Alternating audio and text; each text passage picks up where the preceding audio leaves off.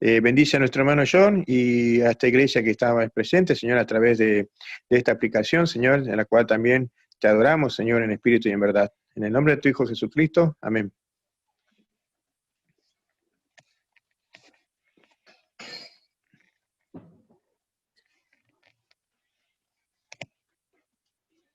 Muy buenos días, amados hermanos. Dios les bendiga. Gracias por su presencia en este medio. Estoy muy contento y muy emocionado y nervioso inclusive. Nunca va a ser algo normal para una persona presentarse ante otros. Quisiera comentarles algo. Generalmente yo me alisto para ir al servicio, aunque esté en Zoom, y me pongo hasta perfume y todo, porque sé que es un momento especial, es el momento que compartimos con el Señor. Aribel dice, por qué te colocas perfume, no? Nadie te va a oler. Bueno, me gusta pensar que lo hago para Dios. Me gusta pensar eso. Y al igual que muchas cosas que hacemos en el día a día, casi toda la mayoría de las cosas, Dios las permite y nos da la oportunidad de hacer, no sé, todas las cosas que podemos hacer.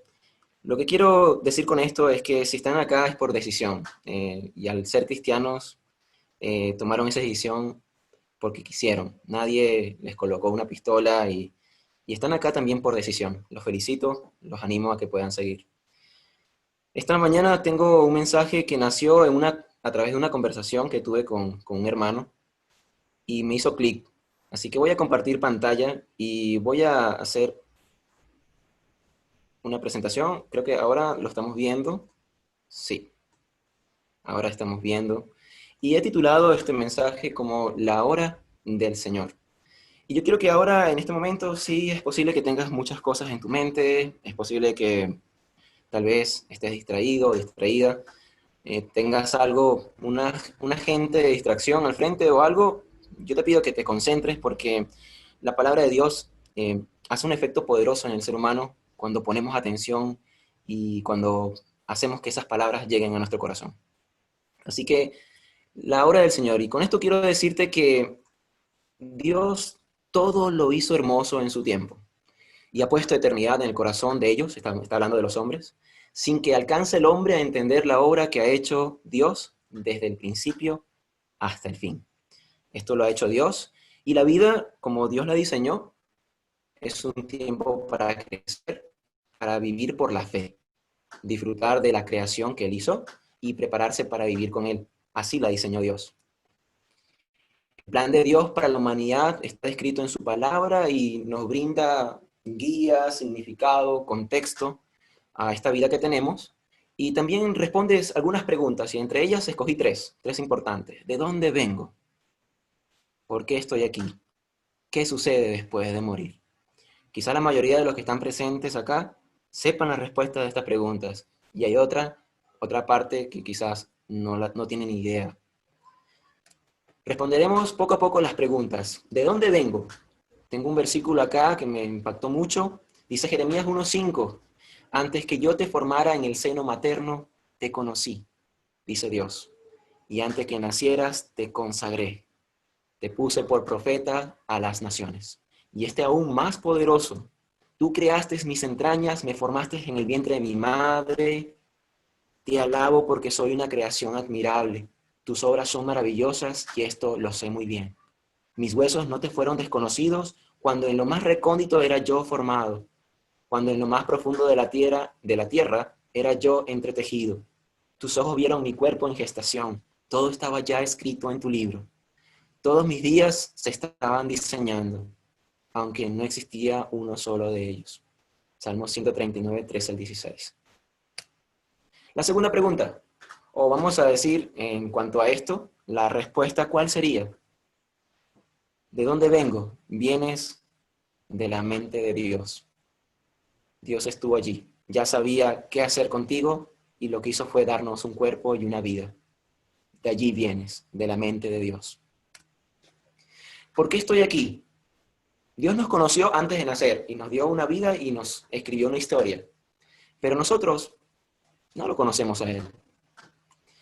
Por eso pasamos una gran parte de nuestra vida descubriendo quién es Dios y por qué nos trajo hasta aquí. Hechos 17, 26 al 28 dice la respuesta. Espero que la detectes. De un solo hombre, Dios creó todos los distintos seres humanos para que habitaran en todo el mundo y determinó cuándo y dónde debían vivir. Dios quería que la humanidad lo buscara y aunque fuera a tientas, lo encontrara. Pero en realidad Dios no está lejos de ninguno de nosotros. En Él vivimos y nos movemos y existimos, como dicen sus poetas, porque somos sus descendientes. Si no lograste dar con la respuesta está en la mitad. Dios quería que la humanidad lo buscara.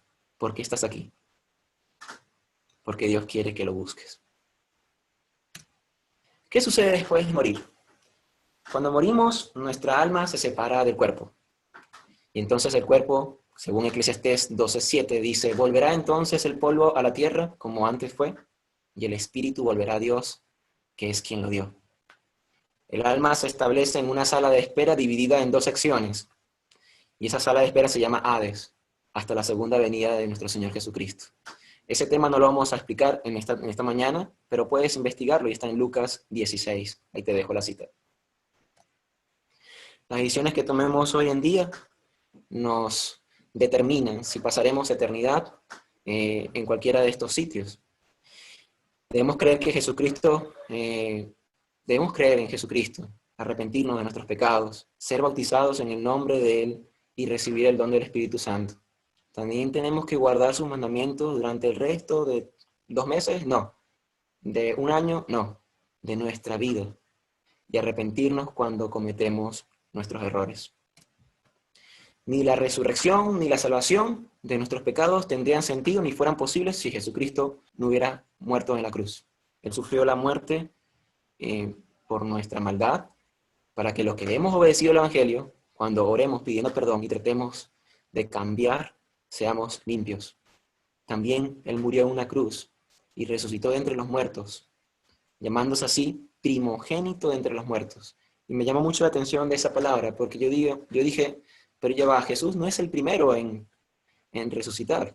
Hubieron muchas personas antes de Él que resucitaron. Sí, la diferencia es que este fue el primero que resucitó para no morir jamás. El poder de Jesús sobre la muerte significa que todos resucitaremos, tanto si creemos en Él como si no. Gracias a Jesús, la muerte no es el final. Le dijo Jesús, yo soy la resurrección y la vida, el que cree en mí, aunque esté muerto, vivirá. Y todo aquel que vive y cree en mí, no morirá eternamente. ¿Crees esto? Me gusta esta pregunta, es una interesante pregunta del Señor. Así que la hora del Señor, y cuando me refiero a la hora del Señor, me refiero al tiempo de su segunda venida.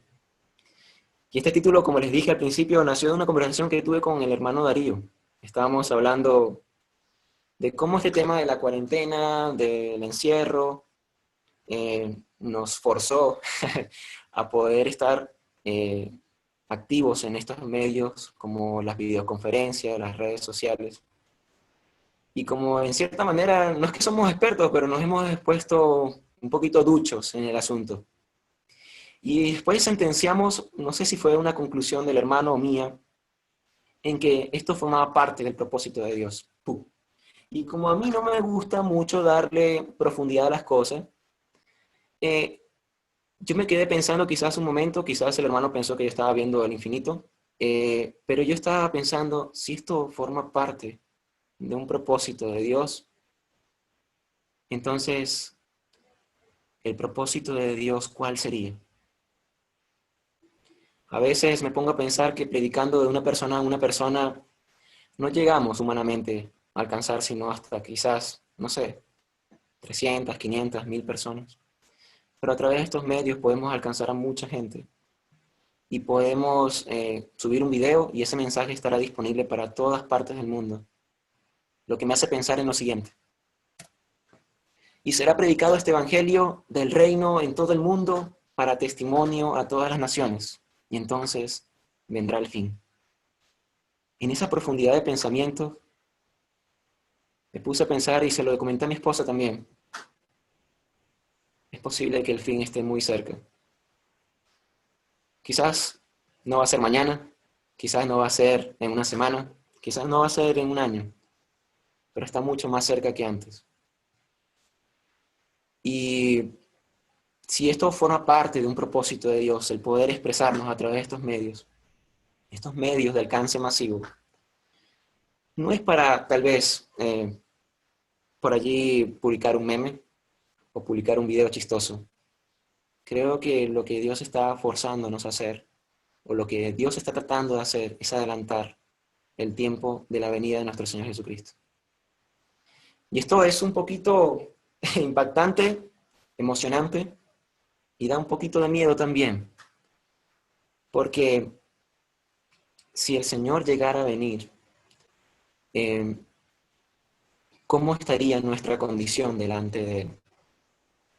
Por eso trataré en esta mañana de impartir parte de lo que sentí cuando caí en cuenta de todo esto. Porque si es así, si el Señor está muy cerca por venir, entonces no tenemos tiempo que perder. El Señor no retarda su promesa según algunos la tienen por tardanza, sino que es paciente para con nosotros, no queriendo que ninguno perezca, sino que todos procedan al arrepentimiento. Segunda de Pedro 3:9. Han pasado 2000 años desde que se estaba comentando de que el Señor iba a venir. Bueno, los que vivimos en esta época deberíamos estar atentos porque ya han pasado 2000 años, es decir, ha pasado un buen tiempo. Lo que quiere decir, por inferencia, es que estamos más cerca que antes. El Señor no retarda la promesa, está dando oportunidades a todos. Quiero hablarles acerca de una iglesia que fue una de las 7 iglesias a las cuales se le mandó un mensaje en Apocalipsis. Y es el mismo Señor Jesucristo hablándole a la iglesia. Cuando veo el mensaje de las iglesias, veo al Señor con amor tratando de corregir al pueblo, pero específicamente a esta iglesia no hay ningún motivo para exhortarlos, más bien los alaba. Con las otras iglesias, eso después se lo pueden leer, con las otras iglesias sí hay algo que reclamar, pero con esta iglesia no. Si una vida creyente representa a veces dificultades, tropiezos, imagínense que por la misma razón se sufre la persecución, que nos pueda llevar a la muerte, a nosotros, nuestros seres queridos. Bueno, ese es el contexto de la iglesia en Esmirna. El Señor no les promete a ellos, hablándoles en este mensaje que vamos a ir desarrollando, no les promete quitar la persecución, eran perseguidos.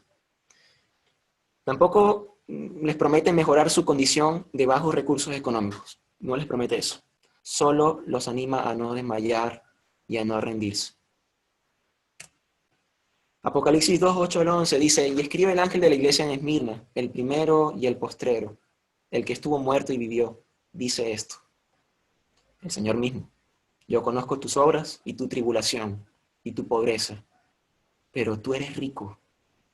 Y la blasfemia de los que dicen ser judíos y no lo son, sino sinagoga de Satanás.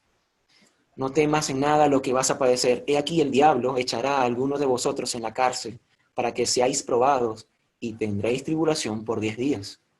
Sé fiel hasta la muerte y yo te daré la corona de vida. El que tiene oído, oiga lo que el Espíritu dice a las iglesias. El que venciere no sufrirá daño de la segunda muerte. El mismo Señor entiende, a través de lo que escribe, les hace entender, y nos hace entender a nosotros, que estaba consciente de lo que ellos vivían, de lo que sus hermanos vivían, el sufrimiento y la pobreza. Creo que no son una buena combinación. Él dice que son ricos, pero son ricos en lo espiritual. Eso me fascina, es una idea maravillosa, porque me hace pensar que una cosa es la fama que hay aquí en la tierra y otra muy diferente a la que hay en el reino de los cielos. Es posible, se me viene a la mente tal vez la viuda que dio todo lo que tenía en la ofrenda, 2 blancas, era creo que la denominación más baja, estamos hablando de 1 centavo o 1 peso, algo así, pero dice que era todo su sustento. Yo creo que esa viuda es famosa en el reino de los cielos. Es mucho más famosa que Michael Jackson. Y estos hermanos eran famosos por su riqueza espiritual a pesar de su tribulación. También Me hace recordar a las ofrendas de las iglesias de Macedonia.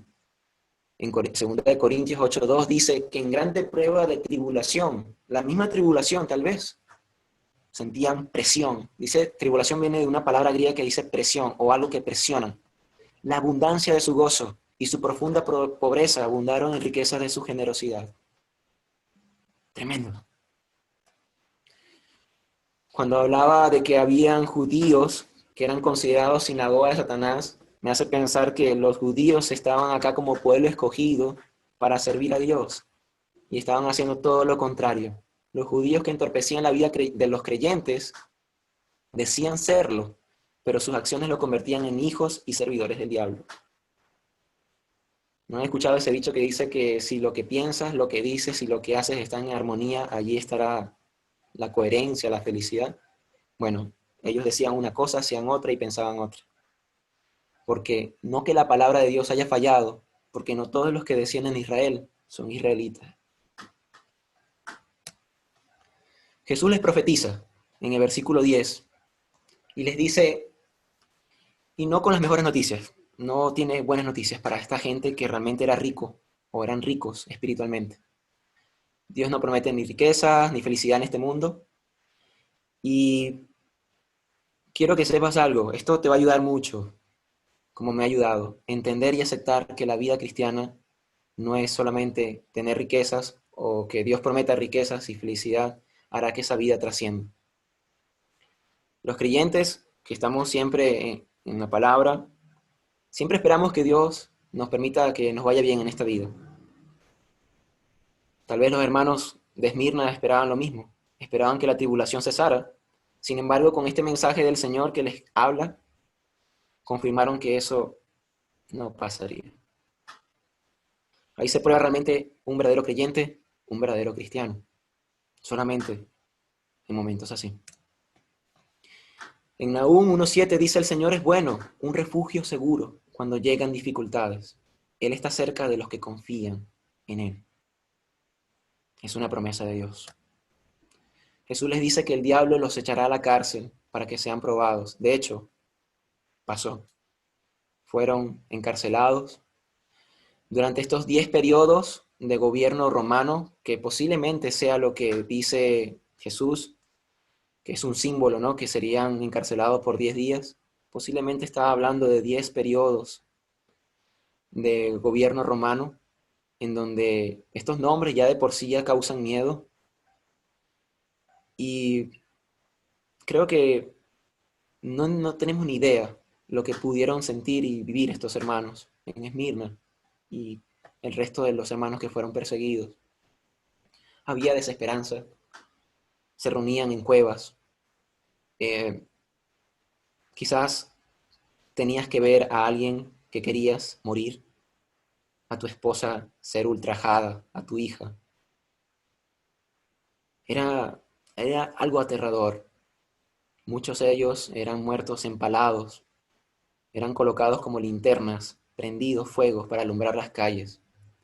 Créeme que si había alguien que quisiera que viniera el Señor, era la iglesia de Esmirna. Tenían pobreza, no eran ricos. Tal vez por allí buscaban mucho para resolver la comida. Se esmeraban mucho. Y tenían cuidado de no ser reconocidos como cristianos, porque quizás ese sería el último día que verían a sus familias. Si alguien quería que viniera el Señor, eran ellos.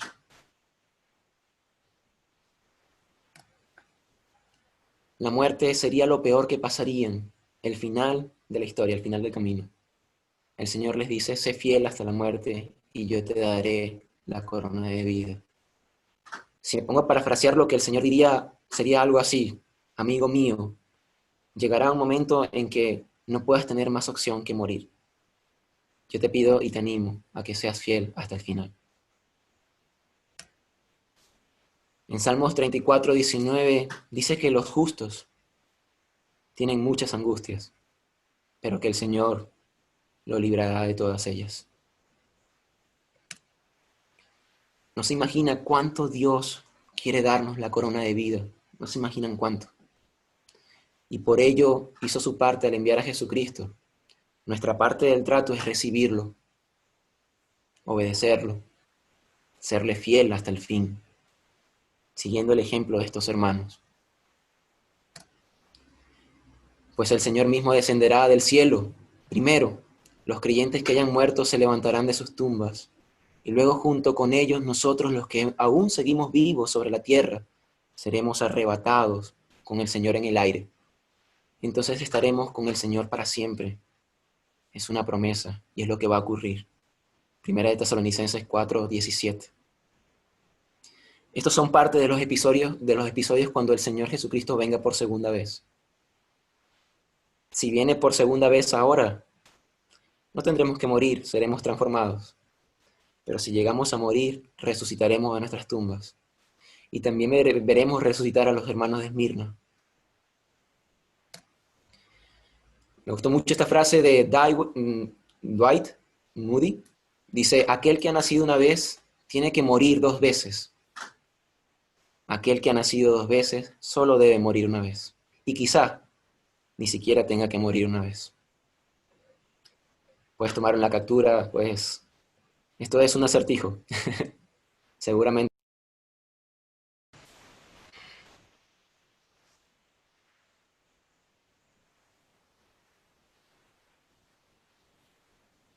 Hola, hola.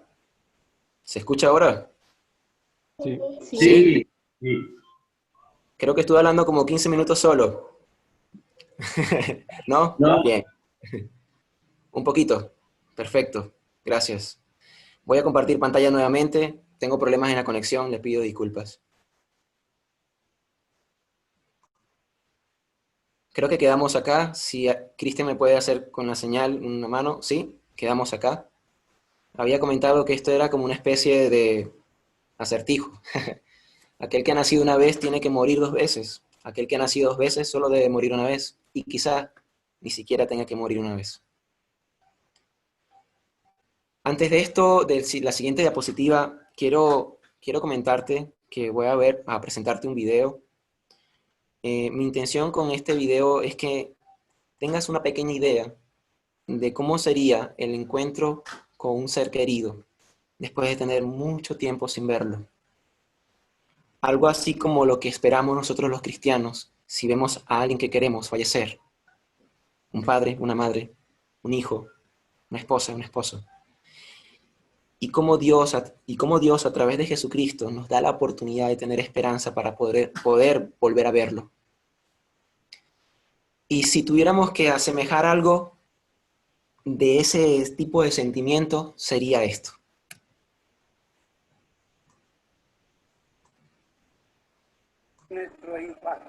¿Y a quiénes vienen a ver? Yo a mi hija Ana María de la Luz. ¿Cuánto tiempo sin ver? 15 años. ¿Y usted? Alfonso Chipilán, tiene 20 años que no lo he visto. Al ritmo de mariachi fueron recibidos los autobuses que trajeron a los recién llegados y yo acompañando a doña Esperanza.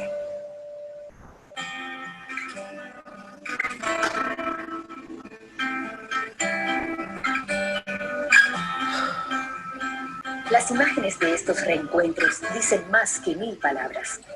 ¿Cómo se sienten de reencontrar? Muy contento. Durante 26 años, hasta hoy lo estamos mirando. Cuando se vino, y ahora estamos con él. Bendito sea Dios. La reunión fue posible mediante el programa Raíces de Puebla, un esfuerzo del gobierno de esa ciudad junto al consulado mexicano para reunificar con sus progenitores a poblanos que estuvieran radicados al menos desde el 2005 en los estados de Nueva York, New Jersey o Connecticut. Y así fue como finalmente, después de 3 largas décadas, Emeterio le dio ese anhelado abrazo a su madre. ¿Cómo lo veas, hijo? ¿Cómo lo veas? Ay, pues sí, lo veo lindo, mi hijo. Todo lo veo muy hermoso porque no lo había yo visto. Yo que ahorita me emociono con él. Sí, sí. O sea, yo le digo sí. Por eso le digo yo, ya que hubo esta oportunidad, bendito sea Dios, que ya estoy con ellos ahorita. Sí.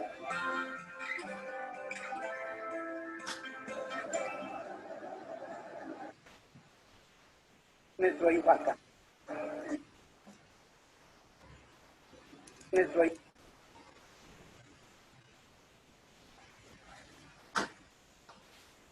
Cuando es muy difícil no conmoverse con algo así. Yo veo al Señor esperándonos. Yo veo al Señor esperándonos allí como el Padre, como esa madre que vimos en el video. Con ese amor lo tenemos por fin acá con nosotros, después de haber perseverado tanto, después de haber luchado tanto. Hermano, soñar con esta vida es maravilloso. Tal vez has soñado con tener una buena vida acá, pero soñar con esta vida es aún mejor.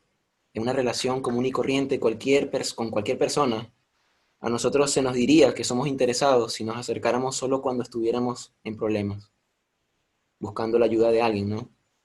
Pero en el caso de Dios, su gracia nos invita precisamente a hacerlo. Él dice, no importa, ven acá conmigo. Hay un dicho que cita, el hijo nunca se atreverá a regresar mientras no esté seguro que su padre lo recibirá y lo perdonará. Sin embargo, es triste que siendo Dios nuestro Padre perfecto y amoroso, muchas veces nos dejemos engañar por la culpa o porque no sintamos culpa. Dios sí está siempre a la espera de que nos acerquemos a Él. No porque le convenga a Él, ni porque nos necesite. La realidad es que nos conviene a nosotros. Y no solamente a nosotros. No solamente nos conviene, sino que también lo necesitamos. Jesús mismo dijo, separados de mí, nada podrán hacer. Lamentaciones, capítulo 3, versículos 57 al 59, dice, te acercaste el día que te invoqué, dijiste, no temas. Tú has defendido, oh Señor, la causa de mi alma. Tú has redimido mi vida. Tú has visto, oh Señor, mi opresión. Juzga mi causa. Y Tesalonicenses, segunda carta de Tesalonicenses, capítulo 1, 7, y a ustedes que sufren, les dará descanso, lo mismo que a nosotros. Esto sucederá cuando el Señor Jesús se manifieste desde el cielo entre llamas de fuego con sus poderes. Ven al Salvador, es mi llamado, y es el llamado no mío, del Señor. No pierdas más tiempo. La hora del Señor está cerca. Si tuvieras que hacer algo el día de hoy que te acercara más a Dios, hazlo sin dudarlo, porque no hay mucho tiempo. Si el Señor está más cerca de lo que esperamos, entonces no hay mucho tiempo. Así que mi ánimo, mi deseo y mi oración para contigo, amado hermano, es que puedas ponerte a cuentas con el Señor, si es que hay que hacerlo. Y si lo estás haciendo y si lo has hecho, que te pegues aún más al Señor. Y si eres una persona que no ha obedecido el Evangelio, hoy es el día de salvación. El Señor invita a que puedas bautizarte y puedas ser perdonados tus pecados. No hay más tiempo que perder. El Señor está tan cerca que nos podemos sorprender. Así que mi deseo es que puedas tener todas estas cosas en tu corazón y que sueñes con la vida que Dios nos va a dar, porque esa es la vida que realmente vamos a tener segura. No pienses cuándo va a terminar esto, de la cuarentena, de este COVID-19. No pienses en eso. Usa tus recursos, tu tiempo y tu energía para hacer que tu vida en el cielo sea una realidad. El Señor está cerca y el Señor viene pronto. Que Dios te bendiga grandemente. Te mando un gran abrazo desde Buenos Aires, Argentina. Muchas gracias por estar acá.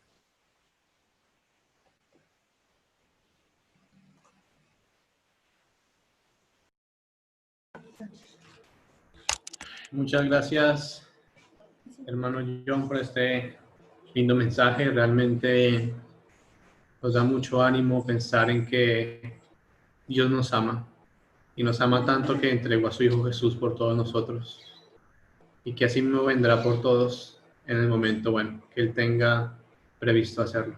Así que debemos estar listos y preparados, ¿no? Debemos esforzarnos, debemos aprovechar el tiempo, los recursos, todo lo que Dios nos da para que nos podamos acercar más y más a Él.